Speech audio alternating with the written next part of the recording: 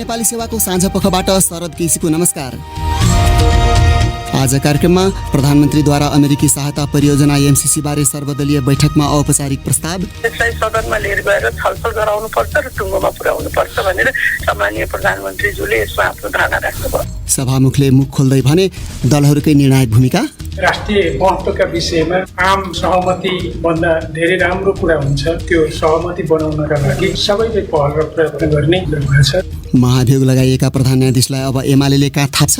मैले भनेको अहिलेसम्मको शब्दमा कहीँ काठ थापेको देख्नुभयो तपाईँले? अनि छापामा जिम्मेवारीपूर्वक प्रस्तुत हुन्छौँ भनिरहेका छौँ, तपाईँ चाहिँ काठ थाप्ने भन्दै हुनुहुन्छ।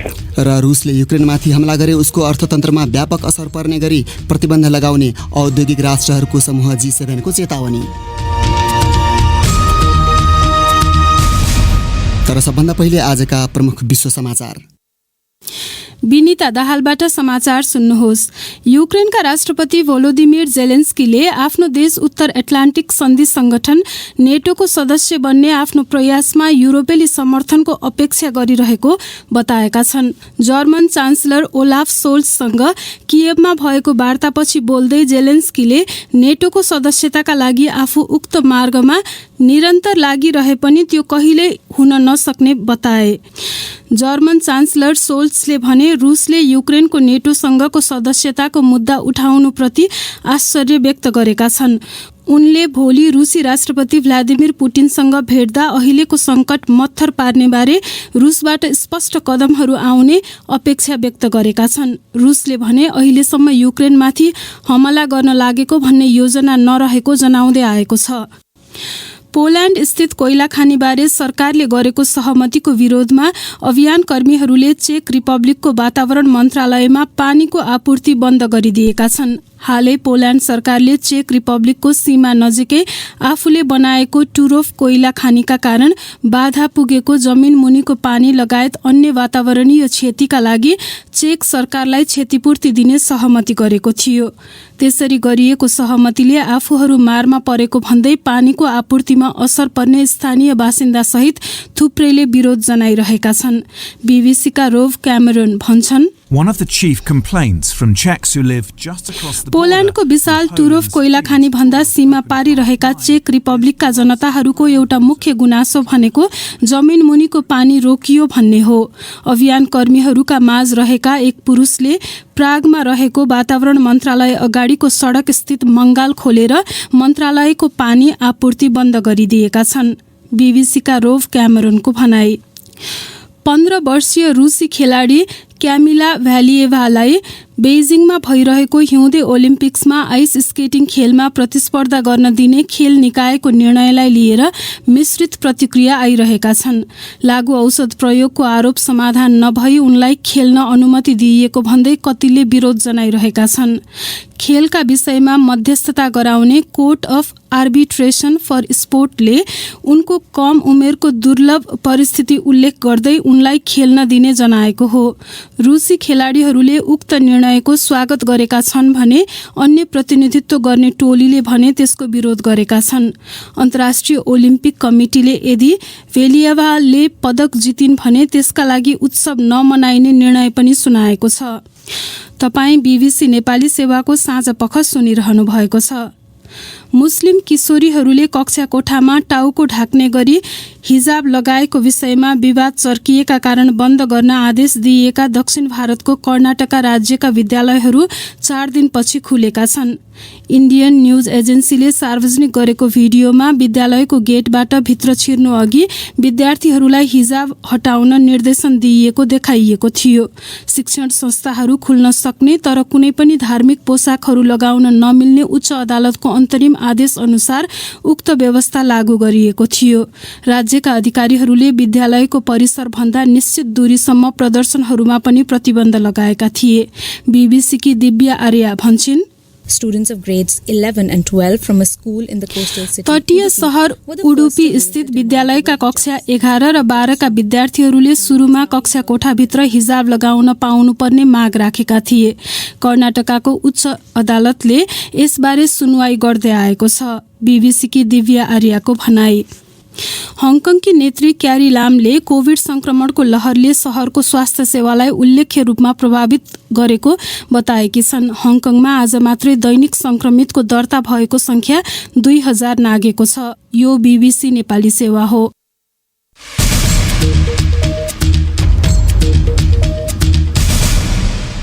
साँझपखमा तपाईलाई स्वागत छ। प्रधानमन्त्री शेरबहादुर देउवाले अमेरिकी सहायता परियोजना एमसीसी सम्झौता प्रतिनिधि सभामा पेश गर्न औपचारिक रूपमा प्रस्ताव राखेका छन्। सभामुख अग्निप्रसाद सापकोटाले आयोजना गरेको सर्वदलीय बैठकमा प्रधानमन्त्री देउवाले त्यस्तो प्रस्ताव राखेको देउवाको पार्टी नेपाली कांग्रेसकी एक नेताले बताएकी छन्। तर सभामुखले संसद अवरोध अन्त्य र राष्ट्रिय सहमतिमै जोड दिए। प्रस्तुत छ एक रिपोर्ट।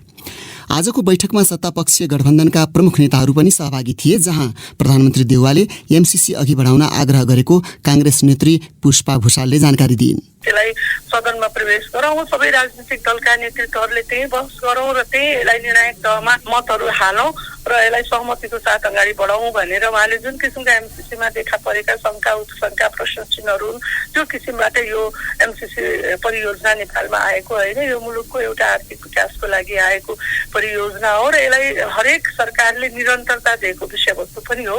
त्यही भएर यसलाई सदनमा लिएर गएर छलफल गराउनुपर्छ र टुङ्गोमा पुर्याउनुपर्छ भनेर स्पष्ट रूपबाट सामान्य प्रधानमन्त्रीज्यूले यसमा आफ्नो धारणा राख्नुभयो। प्रतिनिधि सभामा प्रतिनिधित्व गर्ने कतिपय साना दलले उक्त सम्झौता खारेज हुनुपर्ने पक्षमा मत राखेका थिए। तर एमसीसी पेश हुन रोकेको भनी आरोप खेपिरहेका सभामुखले राष्ट्रिय सहमतिमा जोड दिए। संवाददाताहरूसँग कुरा गर्दै उनले भने, राष्ट्रिय महत्त्वका विषयमा आम सहमति भन्दा धेरै राम्रो कुरा हुन्छ र त्यो सहमति बनाउनका लागि सबैले पहल र प्रयत्न गर्ने कुरा भएछ र मलाई चाहिँ के लागेको छ भने आजको बैठकले संसद सुचारू गर्नका लागि सबैलाई गम्भीर बनाएको छ, गम्भीर पहल गर्ने अनुभूति भएको छ। सभामुखको भूमिकामाथि प्रश्न उठाउँदै आएको नेकपा एमाले आजको बैठकमा सहभागी थिएन। उसले प्रतिनिधि सभाको बैठकमा अवरोध गर्दै आएको छ, तर सभामुख सापकोटा त्यसको अन्त्य हुनुपर्ने पक्षमा देखिए। सभामुखको हैसियतले मैले स्वतन्त्र निष्पक्ष ढङ्गले चाहिँ निर्णय गर्नुपर्छ र मैले विशेष रूपमा जोड दिएको कुरा चाहिँ संसद सुचारू हुनुपर्छ। त्यसपछि अन्तिममा कुरा के हुन्छ भने मतलब अम्पायर र निर्णायक भूमिका त दलकै हुन्छ। खास गरी सत्ता गठबन्धनमा 3 प्रमुख दलबीच एमसीसी प्रतिनिधि सभामा प्रस्तुत गर्ने र दुवै पक्षलाई सजिलो हुने गरी त्यो पारित गर्ने सहमति समेत भएको खबरहरू आइरहेका छन्। तर औपचारिक रूपमा पहिलो पटक त्यसबारे छलफल भए पनि आजको बैठकले लामो समयदेखि त्यसबारे रहेको अन्यल अन्त्य गर्न सकेको देखिएन। एमसीसी बहसको केन्द्रमा रहेका बेला प्रधान न्यायाधीश चोलेन्द्र शमशेर जबरा विरुद्धको महाभियोगले राजनीतिलाई थप ध्रुवीकृत बनाइदिएको छ। सत्ता गठबन्धनका प्रमुख दलका सांसदले दर्ता गरेको महाभियोगले एमालेलाई झस्काएको देखिन्छ। त्यसबारे नेकपा एमालेको आज भएको संसदीय दलको बैठकपछि एमाले सचिव योगेश भट्टराईले संवाददाताहरूलाई प्रतिक्रिया दिँदै उक्त कदमले गम्भीर आशंका जन्माएको बताए। हामीले हिजोको घटनालाई एउटा स्वतन्त्र न्यायालयमाथिको हस्तक्षेप हो र न्यायालयलाई सत्ताको लाचार छाया बनाउने कुचेष्टा हो भन्ने बुझेका छौँ र आसन्न स्थानीय चुनावमाथि कुनै न कुनै गडबडी गर्ने योजना छ भन्ने कुरा हामीले बुझेका छौँ र सत्ता पक्ष र प्रतिपक्ष बीचको द्वन्द्वलाई अझै चर्काउँदै मुलुकलाई एउटा असफल राष्ट्रतिर धकेल्ने नियोजित षड्यन्त्रमा नेपाली कांग्रेस फसेको छ भन्ने हाम्रो निष्कर्ष हो। एकातिर स्थानीय चुनाव छ, अर्कोतिर एमसीसी जस्तो मुद्दाले नेपालको राष्ट्रिय राजनीतिलाई एकदम पेचिलो बनाइरहेको छ र अर्कोतिर दलहरू बीचमा एउटा अस्वस्थ खालको द्वन्द्वको वातावरण सृजना भइरहेको छ। यस्तो अवस्थामा यी सबै परिस्थितिलाई सम्हाल्नु पर्ने सत्ताको नेतृत्व गरेको नेपाली कांग्रेस झन् उत्तेजनामा आएर परिस्थितिलाई भड्काउने दिशातिर गएको जस्तो हामीले महसुस गरेका छौँ। एमाले नेता योगेश भट्टराई, तर एमालेको बैठकले महाभियोगबारे के गर्ने भन्ने निर्णय गरिसकेको छैन। यसै सिलसिलामा एकैछिन अघि हामीले नेकपा एमाले संसदीय दलका उपनेता सुभाष नेमाङलाई सम्पर्क गरी आजको बैठकले त कुनै निर्णय गरेनछ किन भनी सोधेका थियौँ। कसरी त्यो निष्कर्षमा पुग्नुभयो थाहा भएन। हिजो सचिवालयको बैठक बसेको थियो।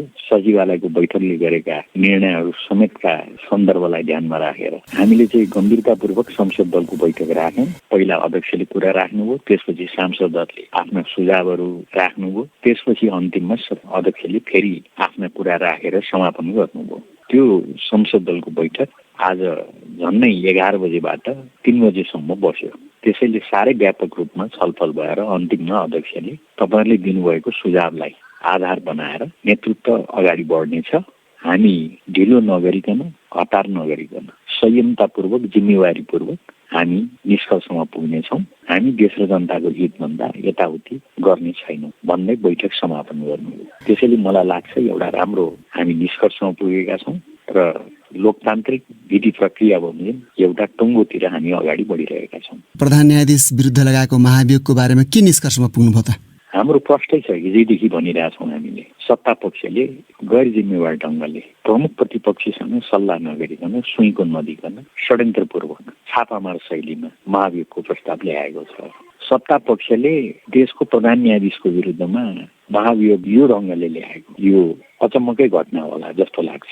हामीले प्रष्ट भनेका छौँ, हामीले संसदलाई जानकारी गराएका थियौँ, हामीले सत्ता पक्षलाई जानकारी गराएका थियौँ, सिङ्गो देशलाई जानकारी गराउँदै हामी बल्ल बल्ल हामी सबैको दबाबबाट घोषणा गरिएको स्थानीय तहको निर्वाचनमा 7 प्रदेश पुगेर छलफल हामीले 1 र 2 गतेको लागि तय गरेका थियौँ। हामी त्यहाँ पुगेका थियौँ, तर अचानक छापामार शैलीमा आएको महाभियोग प्रस्तावले गर्दा हामी फर्किएर राजधानी आयौँ र हामीले सचिवालयको बैठक राख्यौँ, आज संसद दलको बैठक राख्यौँ र यसरी हामी यसको तयारीमा लागेका छौँ। त्यही त महाभियोगको बारेमा के गर्ने त त्यसो भए तपाईँहरूले? महाभियोगको बारेमा हामी प्रष्टै छौँ, यो सत्ता पक्षले षड्यन्त्रपूर्वक ल्याएको हो। त्यसैले यो महाभियोगलाई त्यही ढङ्गले हामी सामना गर्छौँ। तर एउटा कुरा प्रष्टै छ, त्यो पनि हामीले भनेका छौँ। त्यो के हो त भन्दा यो ढङ्गले छापामार शैलीमा जुन महाभियोगको प्रस्ताव सत्ता पक्षले दर्ता गर्यो, हामीलाई जानकारी नदिकन, सुईको सम्म नदिएर प्रतिपक्षले थाहा पाउँछ कि भनेर स्वयं सत्ता गठबन्धनका केही दलहरूलाई जानकारी थिएन, त्यो हामीले थाहा पाइसकेका छौँ। यस्तो अवस्थामा ल्याएको महाभियोग प्रस्ताव जबकि उहाँहरूको सङ्ख्या पुग्दैन, तर उहाँहरूको व्यवहार यस्तो छ, यसको अर्थ उहाँहरू यो महाभियोग प्रस्ताव पास गर्नलाई, अगाडि बढाउनलाई ल्याएको होइन। महाभियोग दर्ता गरेर देशको प्रधान न्यायाधीशलाई उहाँहरू निलम्बितसम्म गर्न चाहनुहुन्थ्यो। त्यसैले यस्तो प्रस्तावलाई हामीले कसरी सामना गर्ने हो, गरिराख्नु पर्ने हो, के गर्ने हो भन्ने प्रश्न त छँदैछ।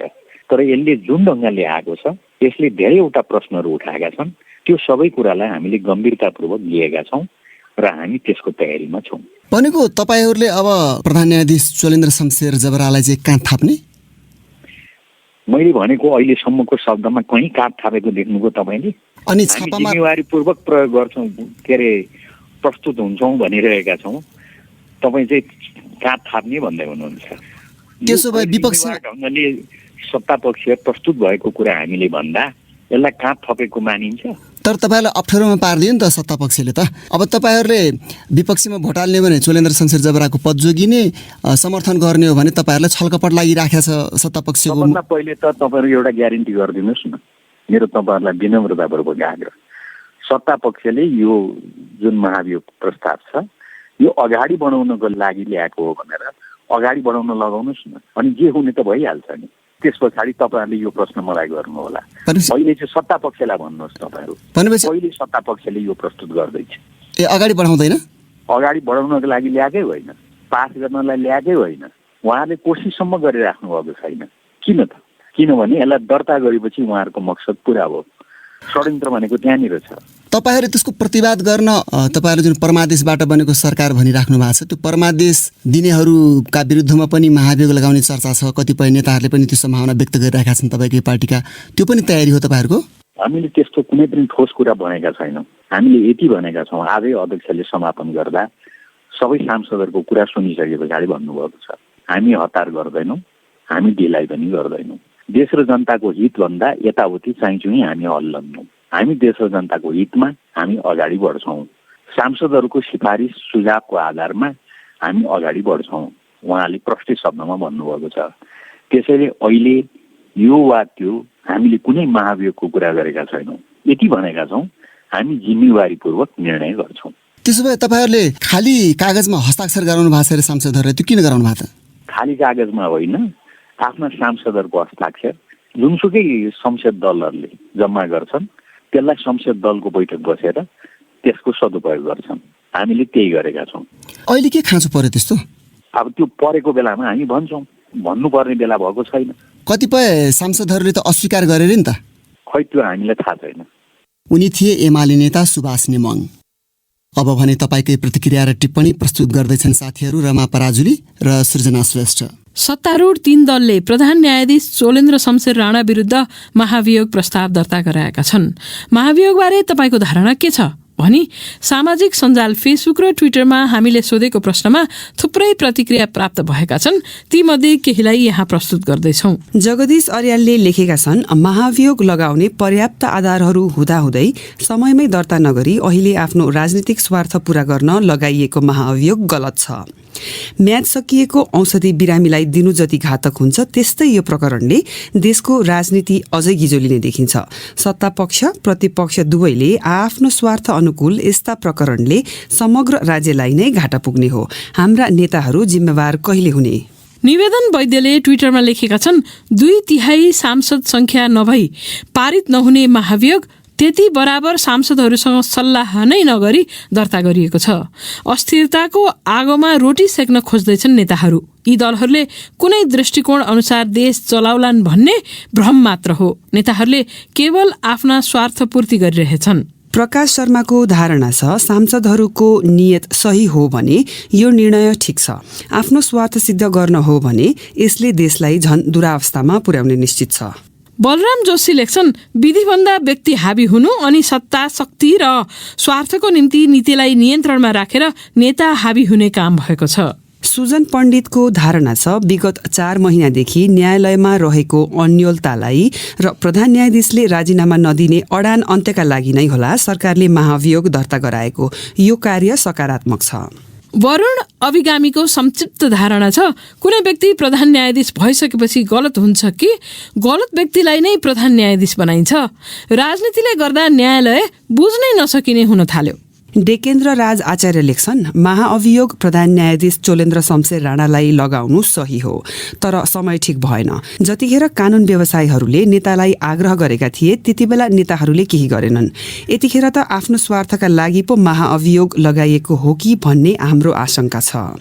लक्ष्मण शर्मा लेख्छन्, यो महाभियोग प्रस्तावले राज्यको न्यायपालिका जस्तो पृथक अङ्गमा समेत राजनीतिको यति चरम खेल हुँदो रहेछ भन्ने छर्लङ्ग पारेको छ। सुदीप पन्तको धारणा छ, प्रधान न्यायाधीश चोलेन्द्र शमशेर जबरामाथि पदमा हुँदा गरेका राम्रा नराम्रा निर्णयहरू, भ्रष्टाचारका आरोपमाथिका छानबिनबारे सरकारले बहस गर्ला र छिनोफानो होला भनेको त त्यस्तो किन हुन्थ्यो? प्रधान न्यायाधीश पदमा रहनु वा नरहनु भनेको त दलहरूलाई उनीबाट सहयोग हुनु वा नहुनुमा पो भर पर्दो रहेछ। राजनीतिले देशलाई कता पो पुर्याउँदैछ। कल्पना पौडेलको अलि फरक धारणा छ। उनी लेख्छन्, वर्तमान प्रधान न्यायाधीश लामो समयदेखि विवादित छन्। उनको विरोधमा न्यायालय प्रभावित रह्यो, तसर्थ महाभियोग दर्ता हुनु सकारात्मक छ। अनि भरत भूषाल लेख्छन्, यो महाभियोग भनेको छोरी कुटेर बुहारी तर्साउन खोजे जस्तै हो। न्यायालयलाई आफू अनुकूल प्रयोग गर्न छापामार शैलीमा ल्याइएको महाभियोगबाट प्रष्ट हुन्छ। सत्तारूढ गठबन्धन न्यायालयलाई थप विकृत बनाउन चाहन्छ। अब केही अन्तर्राष्ट्रिय विषय। औद्योगिक राष्ट्रहरूको समूह G7ले यदि रुसले युक्रेनमाथि हमला गरे उसको अर्थतन्त्रमा व्यापक असर पर्ने गरी प्रतिबन्ध लगाइने चेतावनी दिएको छ। युक्रेनको सीमामा रुसी सैनिक ठूलो संख्यामा एकत्रित भएको विषयलाई G7 का अर्थमन्त्रीहरूले चासोपूर्वक हेरेका छन्।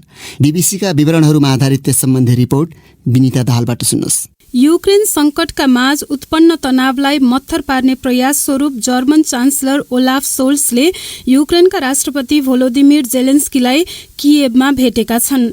अमेरिका, युके सहित 1 दर्जन भन्दा बढी देशहरूले युक्रेनमाथि हमला हुने सम्भावना रहेको भन्दै यसअघि नै आफ्ना नागरिकहरूलाई युक्रेन छोड्न निर्देशन दिइसकेका छन्।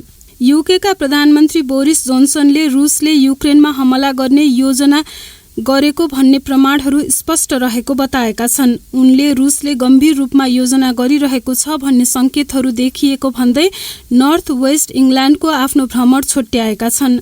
रुसले भने युक्रेनको सीमा नजिकै 1 लाख भन्दा बढी सैनिकहरू जम्मा गरे पनि हमलाको कुनै योजना नरहेको बताउँदै आएको छ। बेलारुस र युक्रेनको सीमामा पनि झण्डै 30,000 सेनाहरू रहेको बताइएको छ। रुसले उत्तर एटलान्टिक सन्धि संगठन नेटोमा युक्रेन आबद्ध नहोस् भन्ने चाहेको छ, तर उक्त संगठनका सदस्य राष्ट्रहरूले भने त्यसको विरोध गरेका छन्। यो साता विश्वभर खोप किन्न नसक्ने देशहरूलाई दान दिइएको खोपको मात्रा 1 अर्ब पुगेको छ, तर अझै विश्वको 40% जनसङ्ख्याले खोपको कुनै पनि मात्रा पाउन सकेको छैन।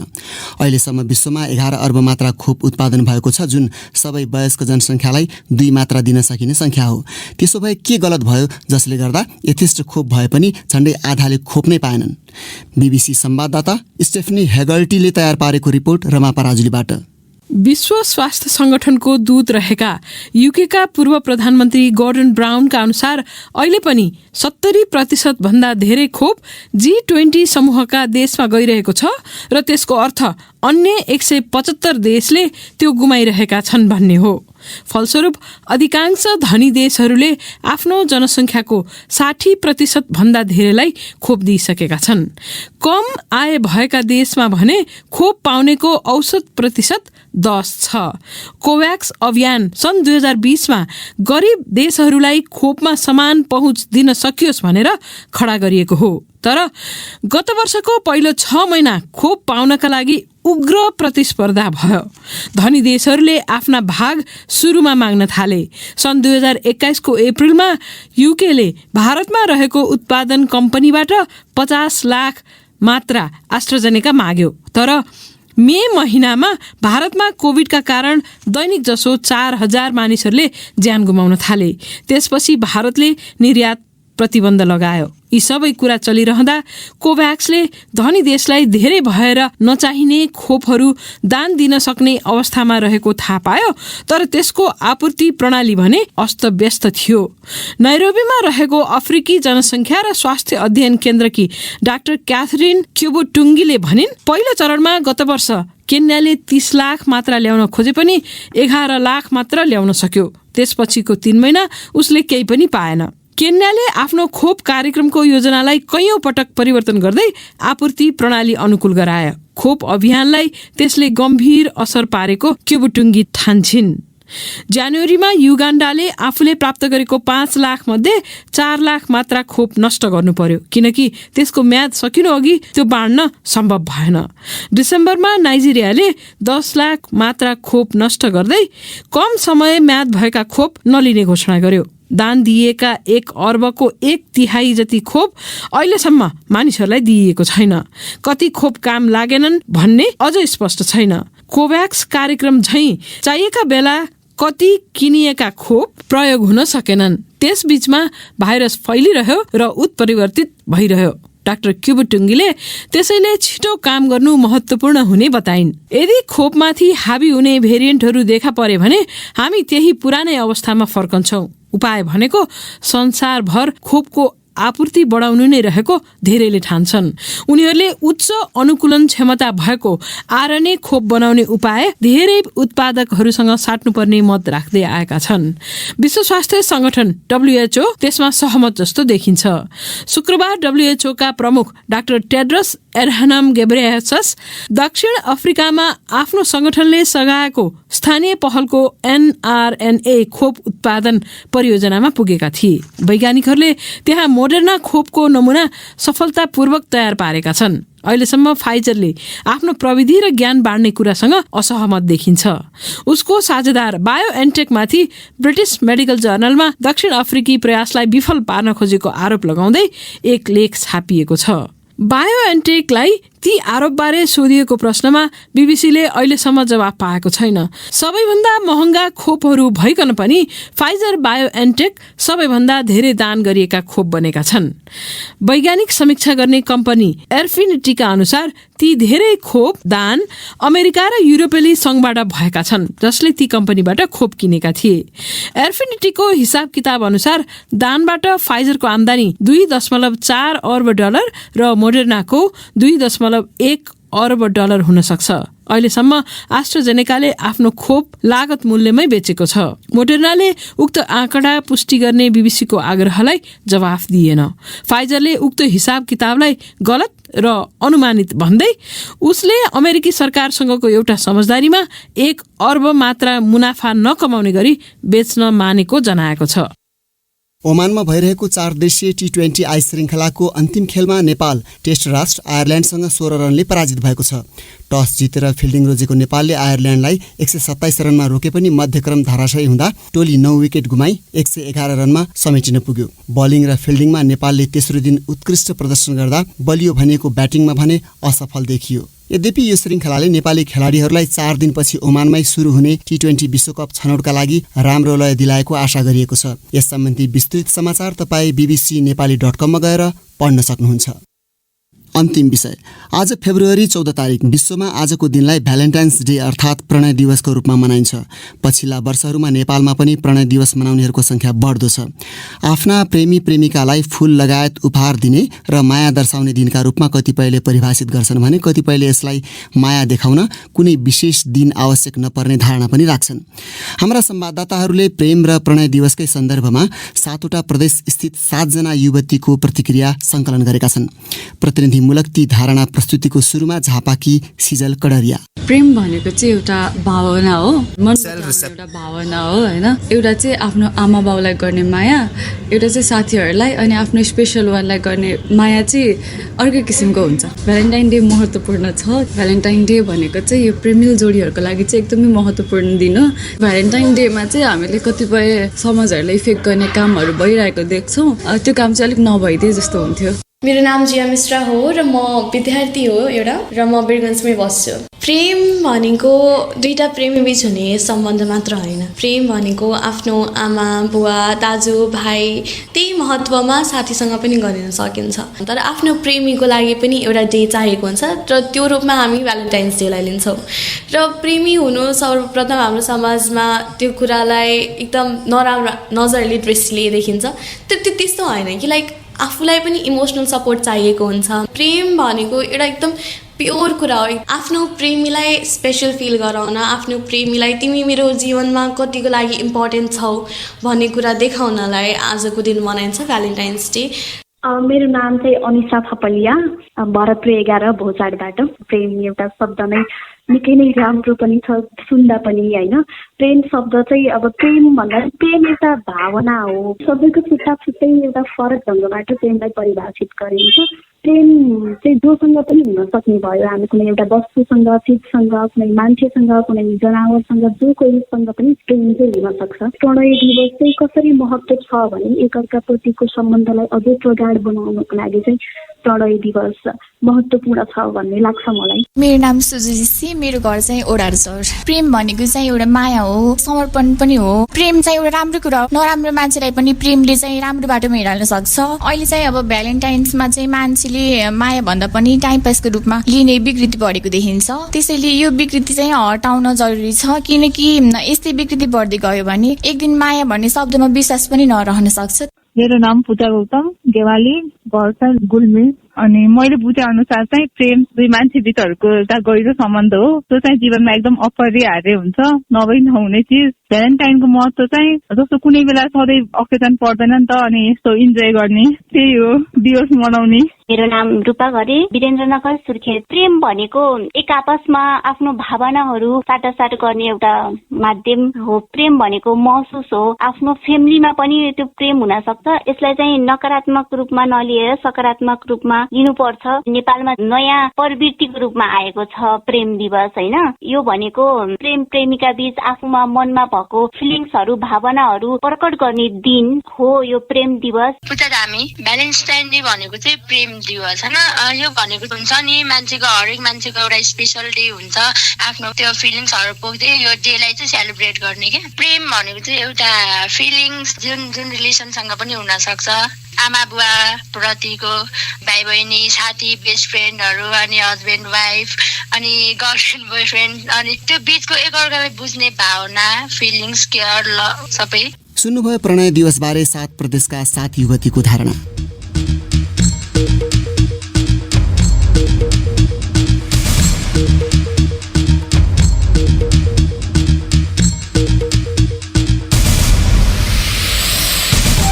हवस् त यसका साथै BBC नेपाली सेवाको साँझ पख यहीँ सकिन्छ। अब हामी भोलि बिहान 7:15 बजे बिहानी पख लिएर आउनेछौँ।